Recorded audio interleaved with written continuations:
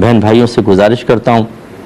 ہو سکتا ہے بعض اس سے برا بھی مان جائیں، کیونکہ بعض جب بھی کوئی شرع حکم بیان ہوتا ہے تو بعض کے ذاتی مفادات پر انہیں ضرب لگتی محسوس ہوتی ہے تو وہ ناگوار محسوس کرتے ہیں، جبکہ میرا مشورہ تو شریعت کے مطابق ہوتا ہے۔ بعض بچے پیسہ کماتے ہیں، سارا کا سارا پیسہ والدین کے ہاتھ میں دے دیتے ہیں، بیوی بچوں کو کچھ نہیں دیتے، جیسے باہر کما رہے۔ اچھی بات ہے، سعادت کی بات ہے، ماں باپ کو اہمیت دیں، لیکن ہوتا یہ ہے کہ ماں باپ یہ بیلنس آؤٹ کر لیتے ہیں کہ وہی پیسہ اس کے بیوی بچوں پہ خرچ کرنے کے بجائے تمام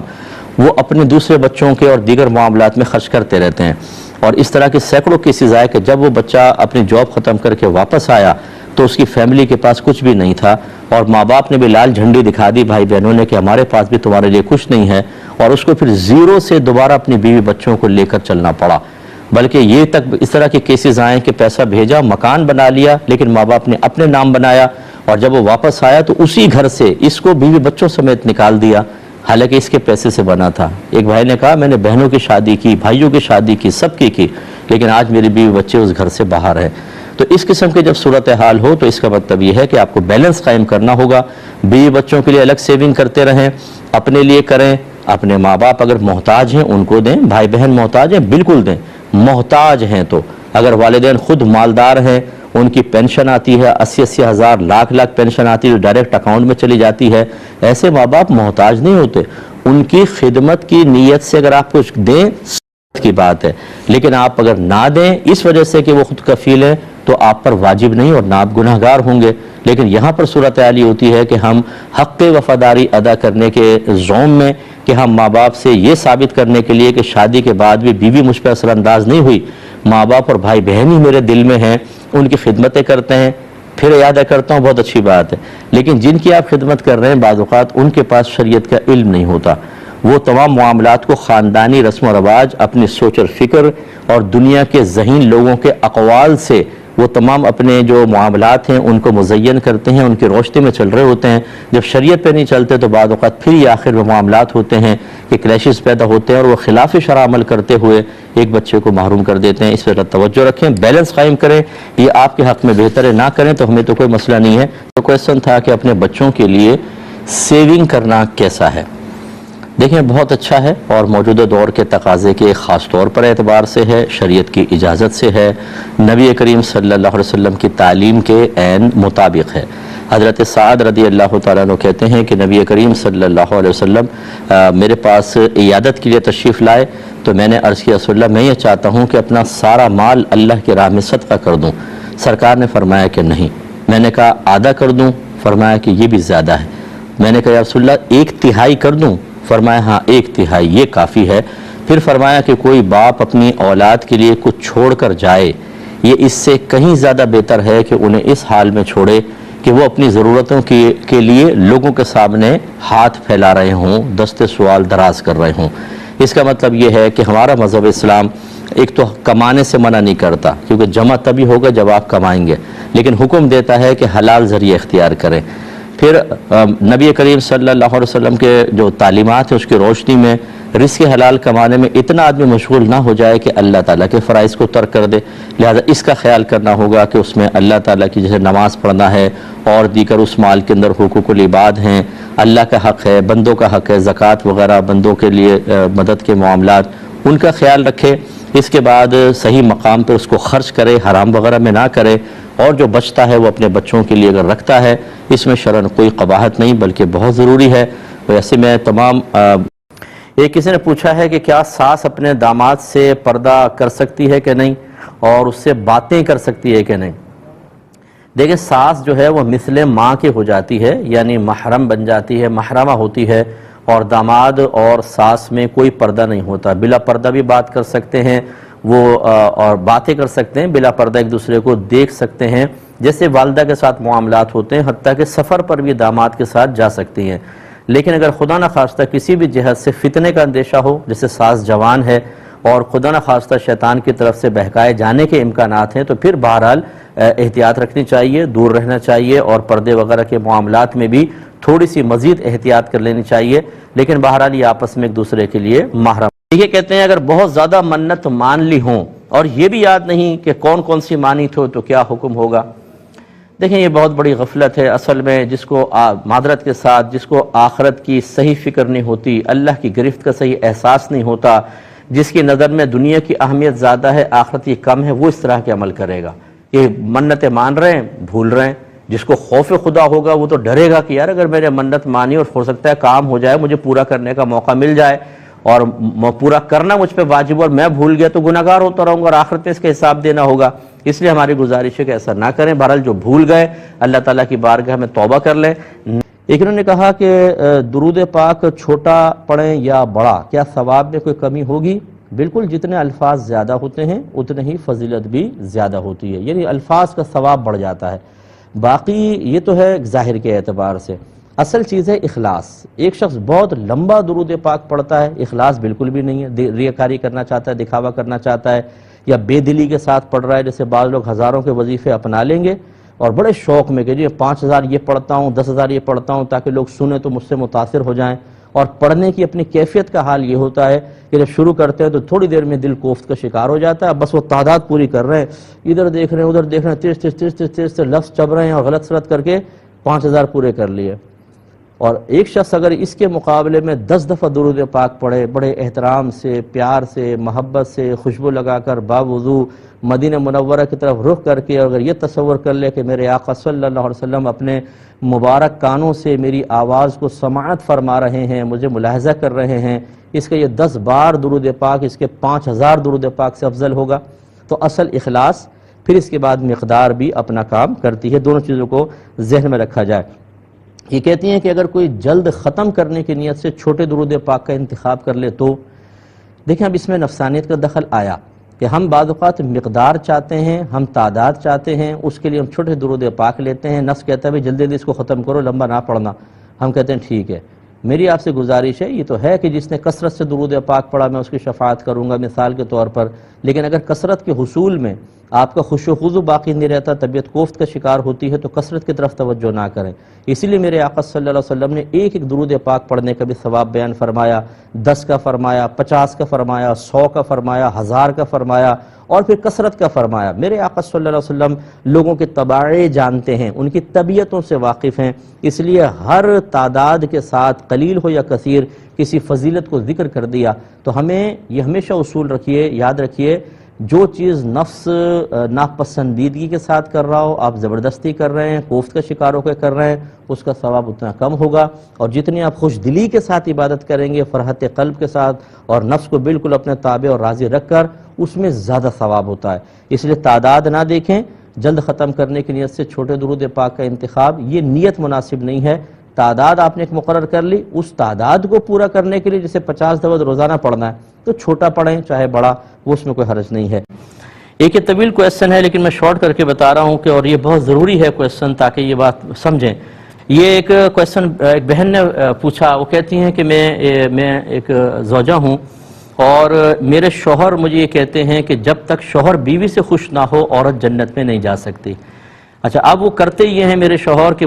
وہ کبھی مجھ سے خوش ہی نہیں رہتے، کیونکہ وہ نہیں چاہتے کہ میں جنت میں چلی جاؤں، تو لہٰذا اس میں انہوں نے جو کہانی لکھی ہے پوری وہ یہ کہ ہر کام میں میرے نقص نکالتے ہیں، مجھے بات بات پہ جھوٹا ثابت کرتے ہیں، اگر میں نماز پڑھنے بھی لگوں تو کہتے ہیں پہلے میں نماز پڑھوں گا پھر تم نماز پڑھو گی، اور وہ کہتے ہیں کہ اگر میں خوش ہو گیا تو تم جنت میں چلی جاؤ گی۔ تو وہ کہتی ہیں کہ کیا اب میری جنت میں نجات اور میری نجات اور جنت میں داخلہ کیا یہ شوہر کی رضا پر ہی موقوف ہے، اس کو خوش کرنے پر؟ میں جو فرائض پورے کر رہی ہوں اور جو میں نیک اعمال کر رہی ہوں ان کی کوئی اللہ کی بارگاہ میں قدر و قیمت نہیں ہے، اس کا کیا جواب ہے؟ دیکھیں، ایک تو میٹھا میٹھا شکوہ میں عرض کر دوں کہ ہمیں دین کی ABC نہیں آتی، لیکن جہاں اپنے مطلب کے مسائل نکل رہے ہوں وہاں پر ہم پورے دین کے اندر غرق ہونے کی کوشش کرتے ہیں اور اس میں بھی اکثر ٹھوکر کھاتے ہیں۔ ویسے دین کبھی یاد نہیں آئے گا، لیکن اگر میری وراثت کوئی دوبارہ ہوگا تو مجھے دین یاد آئے گا۔ ویسے ماں باپ اپنی اولاد کو دین نہیں سکھائیں گے، لیکن اولاد بدتمیزی کرے یا ماں باپ کو پیسہ نہ دے تو پھر ماں باپ کو دین بہت یاد آتا ہے۔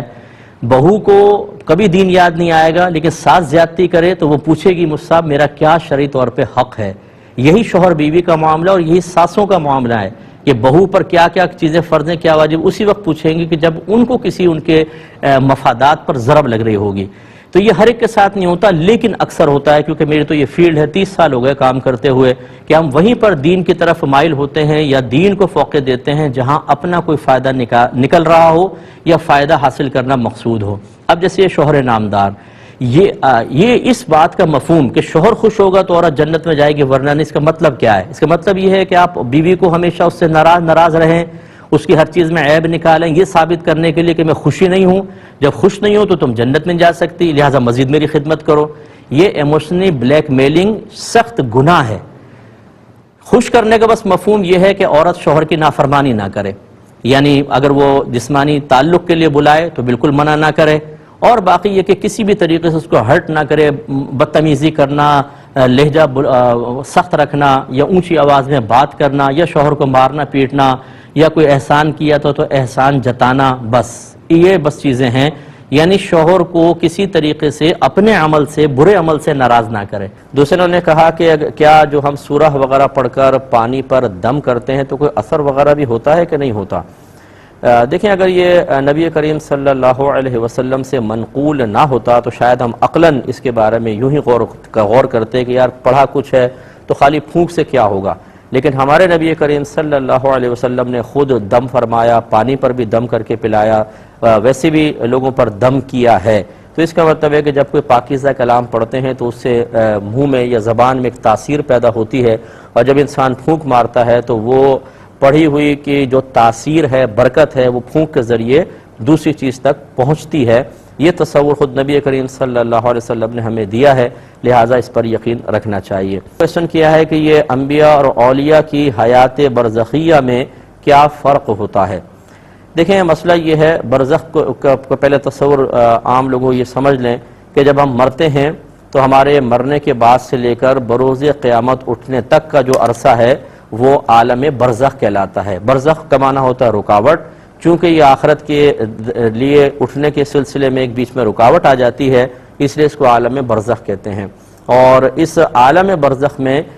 دیکھا جائے تو ہر شخص ہی زندہ ہوتا ہے ایک اعتبار سے، جب ہم مرتے ہیں بظاہر موت آ جاتی ہے لیکن روح کا تعلق بدن سے قائم رہتا ہے، اسی وجہ سے عذاب بھی ہوتا ہے اور مردہ نعمتیں بھی محسوس کرتا ہے۔ اسی وجہ سے نبی کریم صلی اللہ علیہ وسلم جب قبرستان تشریف لے جاتے تو عام مردوں کے لیے بھی سرکار صلی اللہ علیہ وسلم السلام علیکم یا اہل القبور فرمایا کرتے تھے، اور بخاری کی روایت سرکار نے ارشاد فرمایا جب تم مردوں کو سلام کرتے ہو وہ سنتے ہیں اور اس کا جواب بھی دیتے ہیں لیکن تمہیں اس کا شعور حاصل نہیں ہے۔ اس کا مطلب ہے عام مردہ بھی ایک حیات برزخی حاصل کیے ہوئے ہے، لیکن اس میں درجہ بندی ہوتی ہے۔ عام کی ایسا ہی ہے، پھر شہداء کی حیات اس سے زیادہ قوی ہوتی ہے۔ قرآن سے ثابت ہے کہ جو اللہ کی راہ میں مارے جائیں ان کو مردہ گمان نہ کرو، وہ زندہ ہے، انہیں رزق دیا جاتا ہے، یہ اللہ نے بیان فرمایا۔ تو پھر اولیاء تو شہداء سے بھی افضل ہوتے ہیں، اور پھر انبیاء علیہ السلام اولیاء سے بھی افضل ہوتے ہیں۔ اس کا مطلب ہے کہ سب کو آخرت میں یعنی عالم برزخ میں ایک حیات سے نوازا جاتا ہے،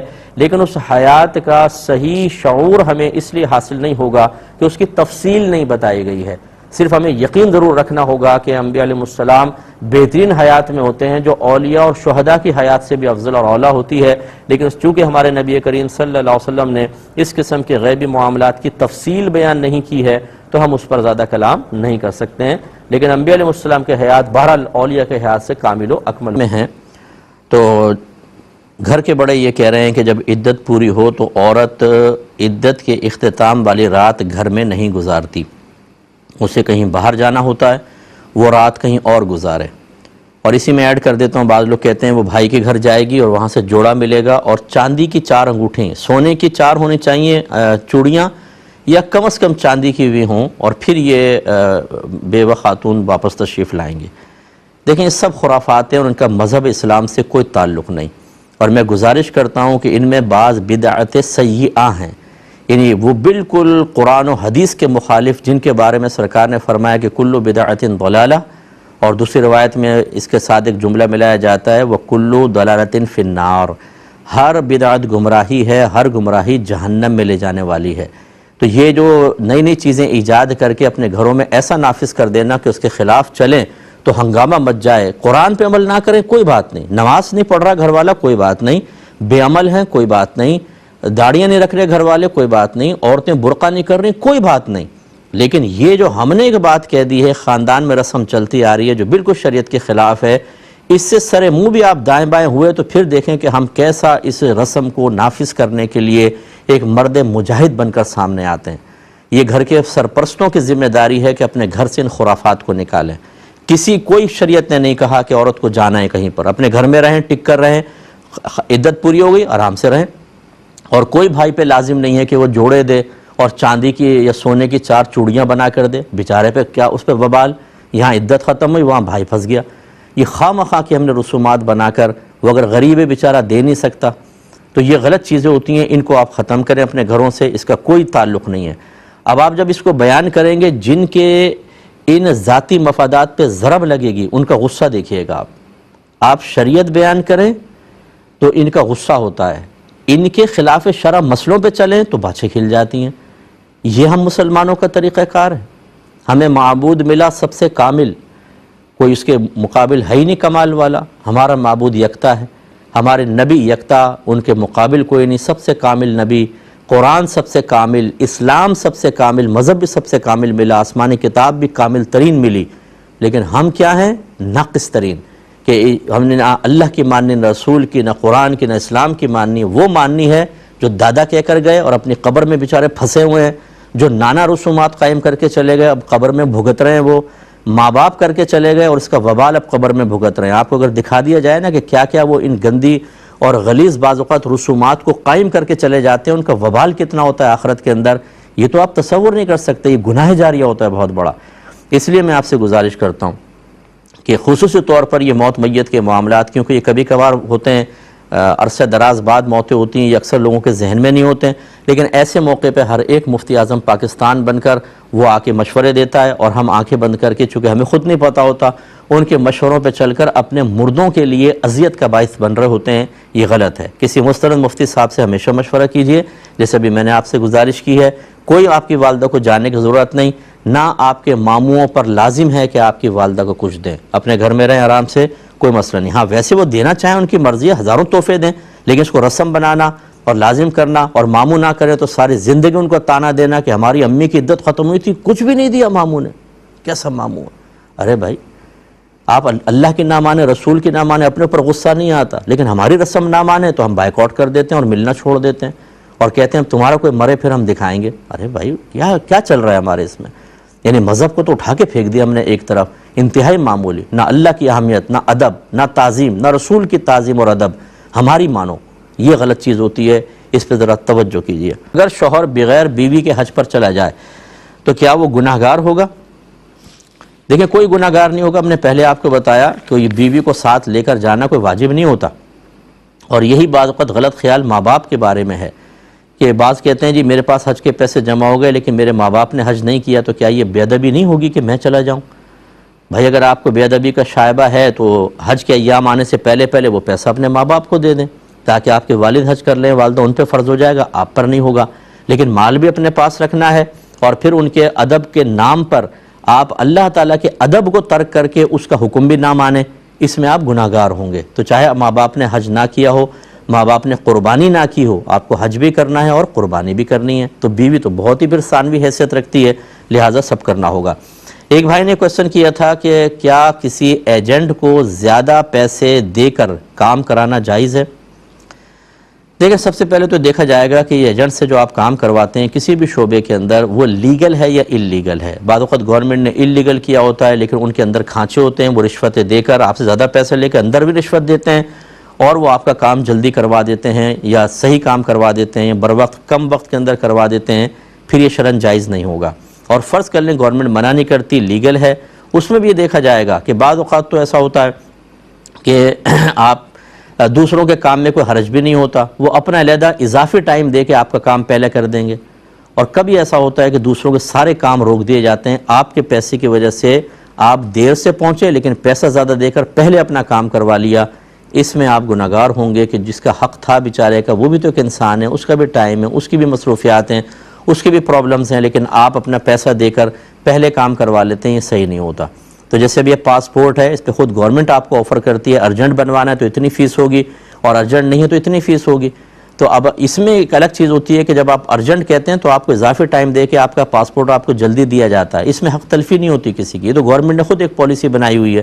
لیکن اگر آپ ایجنٹ کو دیتے ہیں اور ایجنٹ یہ کہتا ہے کہ سب کے ادھر ادھر کروا کے تمہارا پہلے میں کام کروا دوں گا، یہ چیز ٹھیک نہیں ہے، اس پہ ذرا توجہ فرمائیے۔ ایک بہن نے مجھے یہ میسج کیا، مجھے بڑا افسوس ہوا،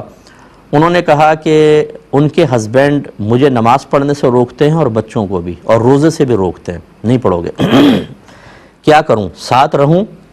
یا ان سے علیحدگی حاصل کر لوں؟ دیکھیں مسئلہ یہ ہے کہ دو چیزیں میں آپ کو بتاتا ہوں یہاں پر۔ اگر تو شوہر نماز نہیں پڑھتا، وہ نماز نہیں پڑھتا لیکن آپ کو روکتا نہیں ہے، پھر تو میں علیحدہ ہونے کا نہیں کہوں گا۔ ایسی اگر زوجہ نماز نہیں پڑھتی، شوہر کو چاہیے پیار محبت سے سمجھاتا رہے، لیکن میں اس میں طلاق کا مشورہ نہیں دوں گا کہ بیوی کو طلاق ہی دے دو۔ دوسری آئے گی وہ کون سی فرشتہ ہوگی، اگر وہ نماز پڑھتی ہو سکتا ہے کوئی اور بد اخلاقی اس کے اندر ہو، تو کیا طلاق ہی دیتا چلا جائے؟ تو یہ بہتر ہے کہ بیوی پیار محبت سے شوہر کو سمجھائے، لیکن اس پہ طلاق کا اقدام نہیں۔ لیکن اب یہ جو شوہر کام کر رہا ہے کہ یہ نماز سے روک رہا ہے،